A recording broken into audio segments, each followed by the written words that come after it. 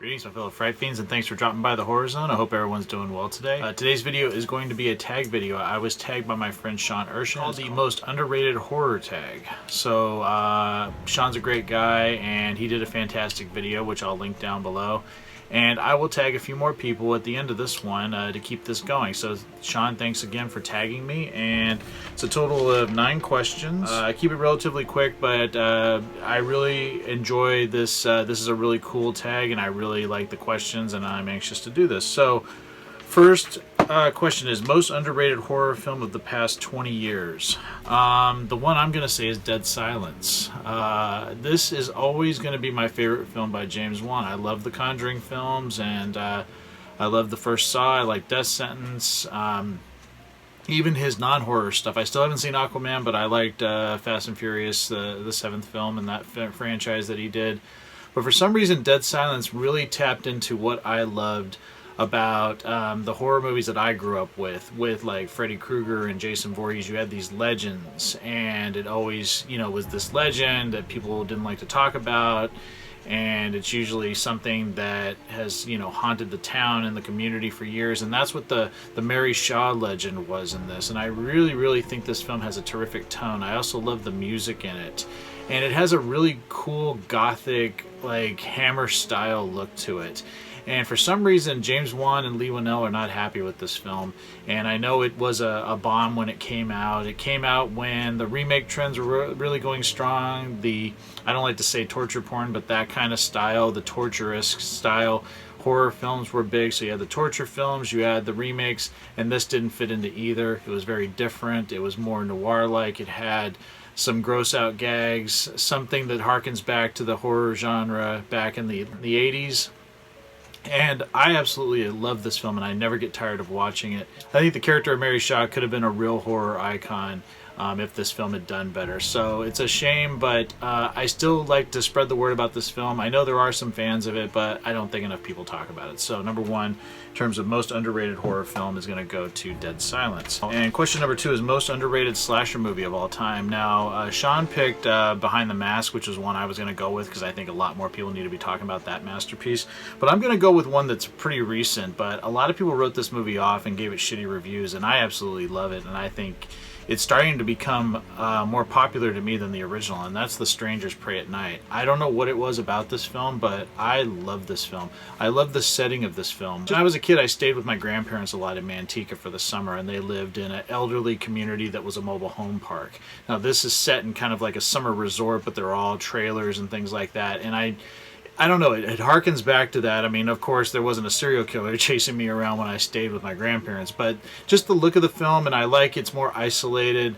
You got a lot more places you can hide, and I love the 80s references with the music, and there's a lot of nods to Texas Chainsaw Massacre and John Carpenter films, Christine. I mean, there's so much great stuff in this film, and I think that the cast is great. I love this film. It's so fun to watch, and whereas the first Strangers film is a great film and I think one of the scariest films ever made, but it's not fun. It's a very scary, depressing film, and this one amped it up a little bit and made it a little bit more.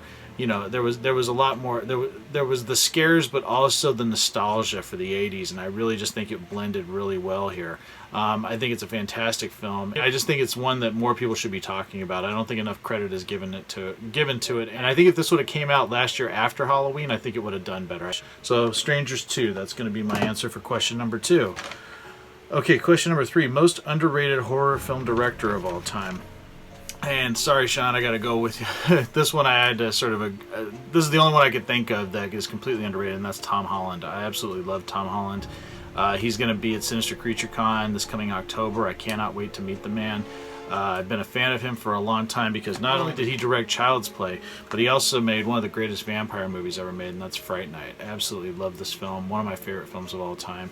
And that, as well as the fact that he wrote one of the greatest films of all time, and that's Psycho 2. So these 2 films are staples for me in my life. the fact that he had a hand in both of them, not say enough great things about that man, and he's a true talent, and I think more people should recognize that. Question number 4 is the most underrated horror film actor of all time. Now, he's done other films besides horror, but Thomas Jane is one of my favorite actors, and he's done some terrific horror films. Not only was he in Dreamcatcher, which I like, a lot of people don't like that film, but he was also in Deep Blue Sea, he was in The Mist, he was recently in The Predator. He also did a movie called 1921, which I thought he was fantastic in. And I just think he's a terrific actor that doesn't get enough credit. Question number 5 is most underrated horror film actress of all time, and I gotta go with Danielle Harris. She has been in so many terrific genre films, and every time she's killed it. I mean, I remember the first time I saw Halloween 4, and that was their first movie, and she was so great in that film. She was a little, she was like 11 years old in that film, and just completely killed it. She was amazing in that film. She did a great job in Halloween 5. She also has been in Urban Legends. She was in Rob Zombie's 2 Halloween films. She was in See No Evil 2. I mean, she's been in so many great things, and I am angry that they have left her out of the new Halloween movies. I really think that they should have brought her in to play Jamie Lee Curtis's daughter. I think that would have been awesome. And the fact that they didn't is the one little blemish against that 2018 film that I have a problem with. And because she is just as much a horror icon or a scream queen as Jamie Lee Curtis, in my opinion, especially the fact that she's carried several of the Halloween films as well. More people need to realize what a truly talented actress that she is.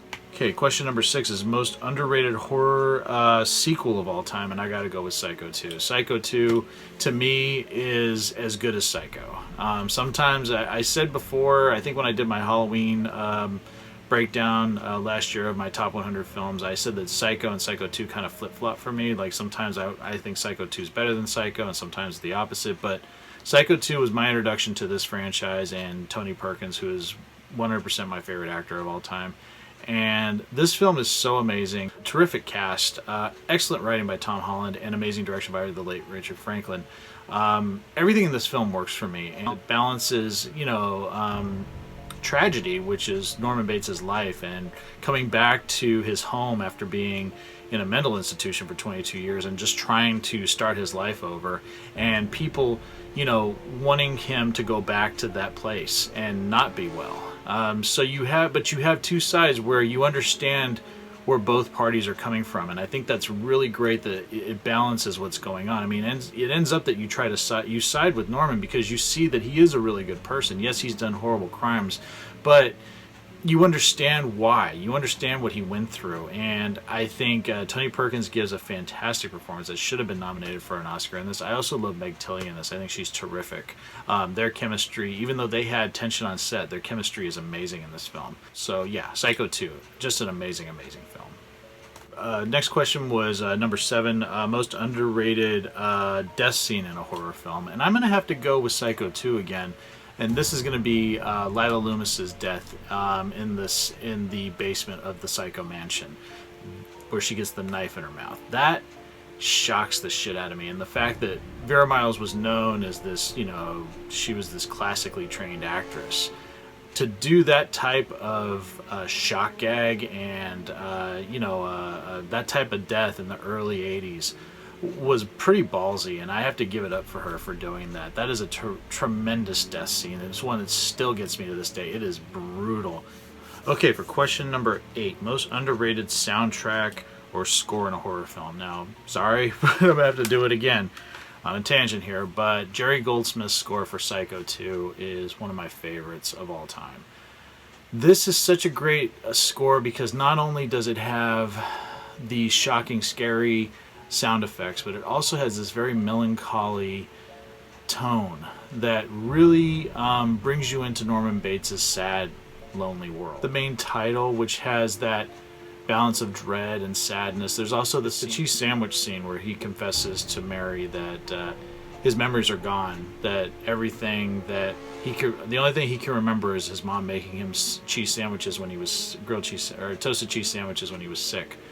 That is such a powerful, moving musical piece, along with the amazing acting, that it's heartbreaking. And I think if Tony Perkins had ever been nominated, that would have been the scene they played. It was just really, really well done, and he did a terrific job. And the music, Goldsmith's music, is just so terrific. I mean, he was an iconic composer anyway, but this is still the best score in my opinion. It easily beats the original Psycho, and there's not a lot of, I mean, this is something I can just listen to over and over again. It's just a beautiful, beautiful score that has horrific moments, but also is very touching as well.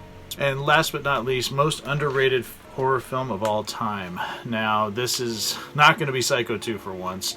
I do think a lot of people talk about that, but I think a lot of people ignore the next film, and it's my favorite film of all time, so it shouldn't come as a shock to people. But Salem's Lot, I think, is one of the most underrated horror films in history. A lot of people look at this as just a television miniseries that doesn't even get a mention when people talk about the greatest Stephen King works.